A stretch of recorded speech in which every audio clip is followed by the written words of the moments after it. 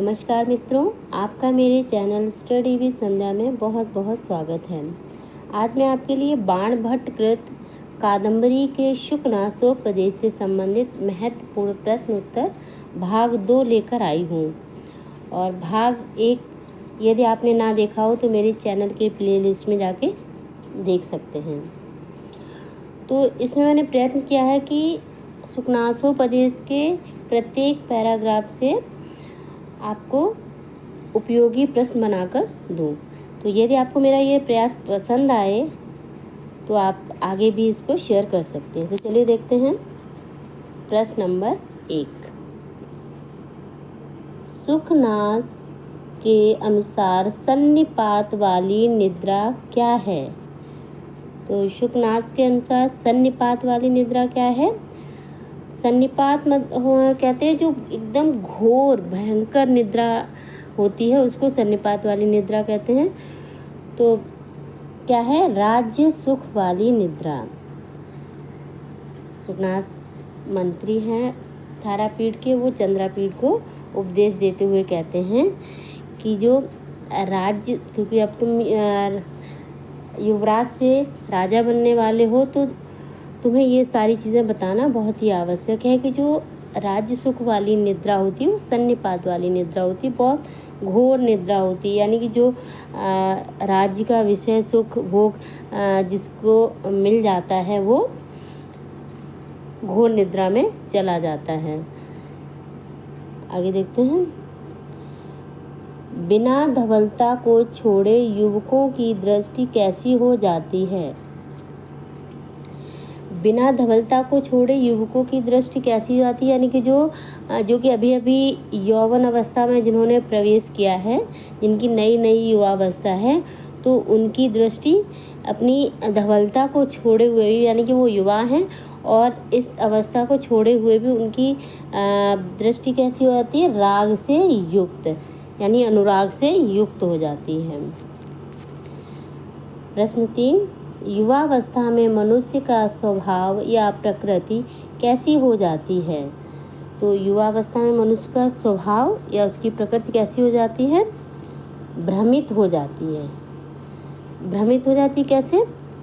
जैसे इन्होंने बताया इसमें कि जिसका सूखा पत्ता जो हवा का जो बवंडर होता है उसमें उड़ जाता है, उसमें उसका वश नहीं चलता है, हवा उसको जहाँ चाहे वहाँ उड़ाकर ले जा सकती है। तो उसी प्रकार जो युवक हैं, जो युवावस्था में जिन्होंने अभी भी प्रवेश किया है, तो इनकी जो बुद्धि होती है वो कैसे हो जाती है कि जैसे रजोगुण से उत्पन्न भ्रांति इन युवकों को दूर उड़ा ले जाती है, भ्रमित कर देती है। ठीक है, आगे देखते हैं।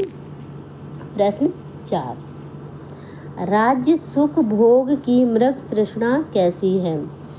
तो सुखनास कहते हैं कि जो राज्य सुख भोग की जो मृग तृष्णा है, यानी मृग तृष्णा यानी जो विषयों में आसक्ति है, राज्य सुख की जो विषयों में आसक्ति है वो कैसी होती है?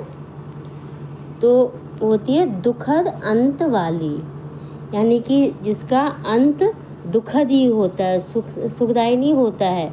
वो तृष्णा जो मृग तृष्णा होती है तो वो दुखद अंत वाली ही होती है। सतत दुरंते यम उपभोग मृग तृष्णिका। आगे देखते हैं। नई नई युवावस्था में आत्मा कैसी हो जाती है? तो नई नई युवावस्था में आत्मा कैसी हो जाती है? कशैली, ये वाला सा आएगा, ठीक है। तो कैसी हो जाती है? कशैली। कशैली कैसे? जैसे आंवला खाते हैं तो आंवला खाने के बाद मुख कैसा हो जाता है? कशैला हो जाता है। और अगर हम उसके बाद पानी पी लें तो पानी कैसा लगता है? मीठा लगने लगता है।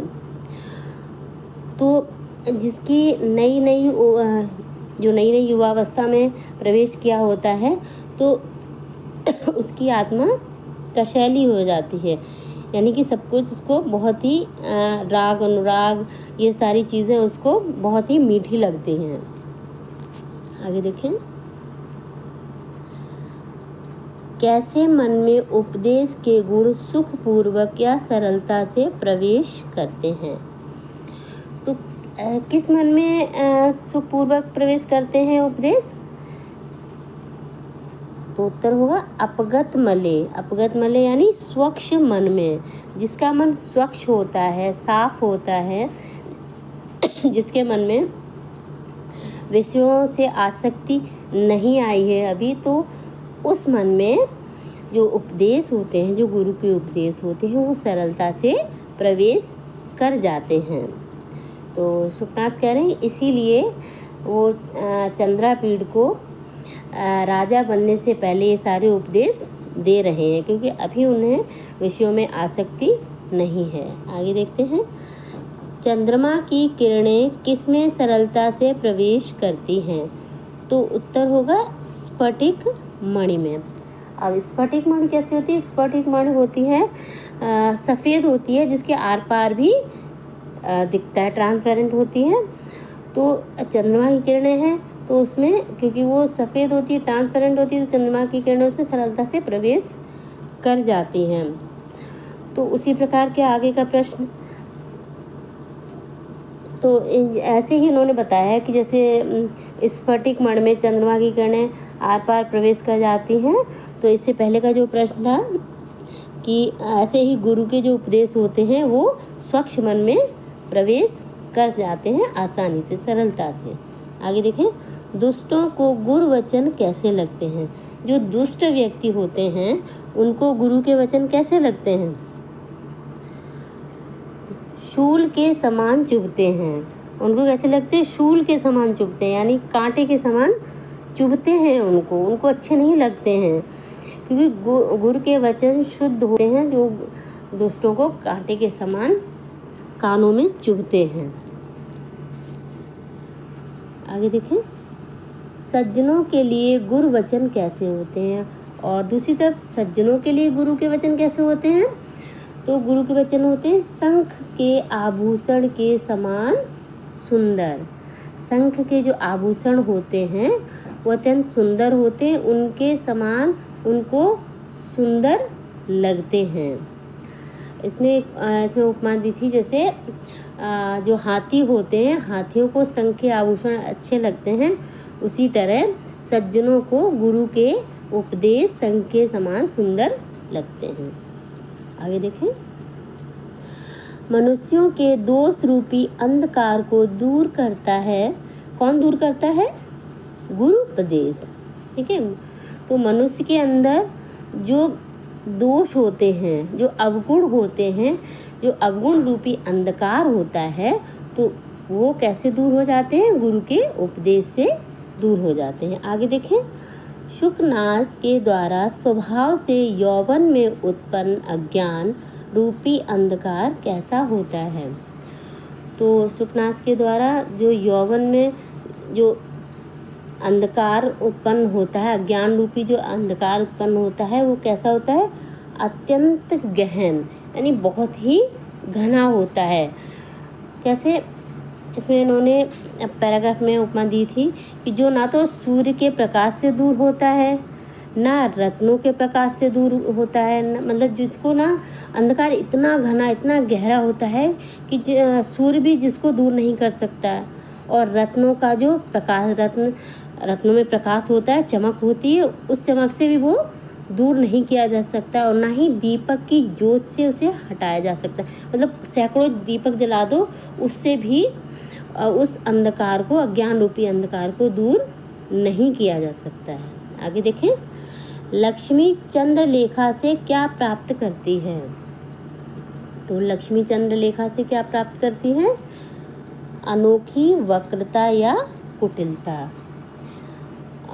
मित्रों, मैंने वीडियो के अंत में एक सारणी बनाई है जिसमें बताया है कि लक्ष्मी किससे क्या प्राप्त करती है। वो बहुत ही इम्पॉर्टेंट है, बहुत ही महत्वपूर्ण है, आप उसको ज़रूर देखें। आगे देखते हैं, शुकनाश ने अनार्या किसे कहा है? तो शुकनाश ने अनार्या किसको कहा है? लक्ष्मी को। आगे देखें, गंधर्व नगर के दृश्य के समान देखते ही देखते कौन लुप्त हो जाता है? गंधर्व नगर के दृश्य के समान, यानी गंधर्व नगर जैसे कि आकाश में देखते हैं कि जो मिथ्या रेखा होती है ना, मिथ्या रेखा के समान बादलों में कभी कभी आकृतियाँ बनती बिगड़ती दिखाई देती है ना, तो आकृति बनी हम देखते रहते हैं और वही आकृति एकदम से बिगड़ के कुछ और बन जाती है। तो ये तो गंधर्व नगर के दृश्य के समान देखते ही देखते कौन लुप्त हो जाते हैं? लक्ष्मी। जैसे आकृति लुप्त हो जाती है ना, वैसे ही लक्ष्मी लुप्त हो जाती है, एक व्यक्ति के पास नहीं रहती। अभी है, अभी कुछ दिनों बाद आप देखोगे कि वो राजा से रंक हो गया, रंक से राजा हो गया, ऐसे आपने बहुत सी कहानियाँ सुनी होंगी। तो लक्ष्मी एक जगह नहीं ठहरती है। अनेक पुरुषों के पास कौन गमन करता रहता है? स्वाभाविक है, लक्ष्मी के विषय में बात हो रही है। तो लक्ष्मी अनेक पुरुषों के पास गमन करती रहती है, कभी किसी के पास, कभी किसी के पास। आगे देखें, पाताल की गुफा किससे भरी होती है? पाताल की गुफा किससे भरी होती है? तो पाताल की गुफा भरी होती है तम अर्थात अंधकार से। जो पाताल होता है, पाताल की गुफा अंधकार से भरी होती है। आगे देखते हैं, लक्ष्मी कैसे अंधकार से भरी होती है? तो लक्ष्मी कैसे अंधकार से भरी होती है? तमोगुण रूपी अंधकार से। कहने का तात्पर्य है कि जिस प्रकार पाताल की गुफा अंधकार से भरी होती, उसी प्रकार लक्ष्मी की उपमा की गई है कि उसी प्रकार लक्ष्मी कैसी होती है? वो तमोगुण रूपी अंधकार से भरी होती है। आगे देखें, लक्ष्मी किसके समान क्षण भर चमकने वाली है? तो लक्ष्मी अभी किसी के पास है, एकदम से बहुत अमीर है, फिर पता चला कि वो बहुत गरीब हो गया। इस तरह लक्ष्मी क्षण भर के लिए चमकती है। तो किसके समान? वर्षा के समान। तो जिसके पास भी आ जाती है, उस व्यक्ति का जो व्यक्तित्व है वो एकदम छिटक जाता है था, लोगों की नज़रों में आ जाता है। तो लक्ष्मी किसके जैसे एकदम से किसी व्यक्ति के पास पैसा आ जाए, ठीक है, तो वो एकदम से सबकी नज़रों में आ जाएगा वो व्यक्ति कि अच्छा इसके पास इतना पैसा हो गया ये, तो सबकी नज़रों में आ जाता है। वर्षा के समय एकदम वर्षा होती है, सबको एकदम नज़र आ जाती है कि वर्षा होने लगी, ठीक है। आगे देखें, लक्ष्मी किसे उन्मत्त बना देती है? तो लक्ष्मी किसे उन्मत्त बना देती है? दुर्बल मनुष्य को। आगे देखें, लक्ष्मी किसे अपवित्र के समान स्पर्श नहीं करती है? और लक्ष्मी किसको अपवित्र के समान, उसको पवित्र मान के, अछूत मानकर किसको स्पर्श भी नहीं करती, मतलब उसके पास तो बिल्कुल जाती ही नहीं है। तो किसके पास? गुणवान पुरुष के पास। जो गुणवान पुरुष है उसके पास तो वो ऐसा जैसे अपवित्र छूते नहीं है, छूत होता है अरे इससे दूर रोज को छूना नहीं है।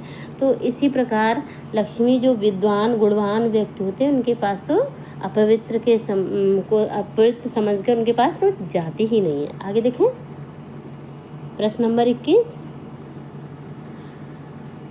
लक्ष्मी किसका आदर नहीं करती है? तो लक्ष्मी किसका आदर नहीं करती है? उदार मन वाले का। जिस व्यक्ति का मन उदार होता है तो उसका तो बिल्कुल आदर भी नहीं करती, उसके तो दर्शन से भी बचती है। लक्ष्मी सज्जन व्यक्ति को क्या मानती है? लक्ष्मी सज्जन व्यक्ति को क्या मानती है? अपशकुन। अरे जैसे उसके सामने भी नहीं जाती कि अरे सज्जन व्यक्ति के सामने ये तो अपशकुन हो जाएगा, उससे बच के ही निकल जाते हैं। ऐसा होता है ना, कुछ लोग इस बातों को मानते हैं कि अरे बिल्ली रास्ता काट जाएगी तो अपशकुन हो जाएगा, और ये कई चीज़ें होती हैं। तो अपशकुन के भय से सज्जन व्यक्ति के पास जाती नहीं है। लक्ष्मी उच्च कुलीन व्यक्ति को कैसा मानकर लांग जाती है? जो उच्च कुल में कुलीन व्यक्ति होते हैं तो उनको कैसा समझकर लांग जाती है, यानी उनको कूद जाती है उनको बचा के, जैसे सांप जैसा मानकर। जैसे अगर सांप पड़ा हो रास्ते में तो अब कोई उसके ऊपर पैर रख के तो निकलेगा नहीं, या उसके पास से भी नहीं निकलेगा। उसको अगर कहीं रास्ता नहीं है तो उसको जोर से लांग के भाग जाएगा।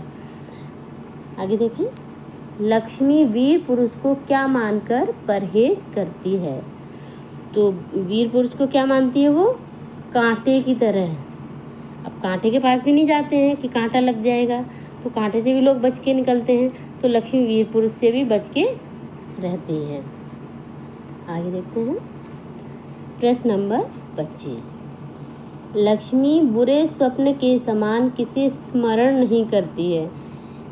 किसको? दानशील व्यक्ति को। जो दानशील व्यक्ति होता है, जो दान इत्यादि किया करते हैं, तो उनको तो बुरे स्वप्न के समान, जो अगर हम बुरा स्वप्न देख लेते हैं तो हम उसको याद भी नहीं करना चाहते। तो लक्ष्मी भी उसी तरह जो दानशील व्यक्ति होते हैं उनको बुरे स्वप्न के समान स्मरण भी नहीं करना चाहती, याद भी नहीं करना चाहती।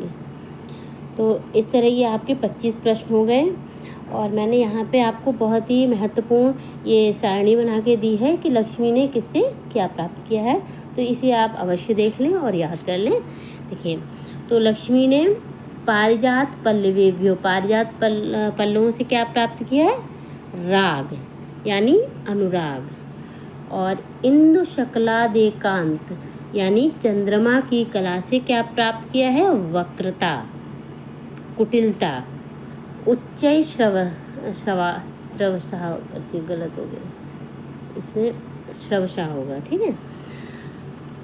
तो उससे क्या प्राप्त किया? चंचलता। उच्च श्रवा घोड़ा से क्या प्राप्त किया? चंचलता। आगे देखें, कालकूटात, और कालकूट से क्या प्राप्त किया? कालकूट पर्वत से क्या प्राप्त किया? मोहन शक्तिम यानी सम्मोहन शक्ति, मूर्छा प्राप्त किया। मदिराया, मदिरा से क्या प्राप्त किया? मदम। और कौस्तुभमणि से क्या प्राप्त किया? नैष्ठुर्यम यानी निष्ठुरता, कठोरता। तो इस तरह ये आप इसको अवश्य पढ़ लें अच्छे से। तो इसमें से कोई ना कोई आपको प्रश्न जरूर मिलेगा इसमें आपके एग्जाम में। तो मित्रों, यदि आपको मेरा ये प्रयास पसंद आया हो तो कृपया मेरे वीडियो को लाइक करें, शेयर करें और मेरे चैनल को सब्सक्राइब करें। धन्यवाद।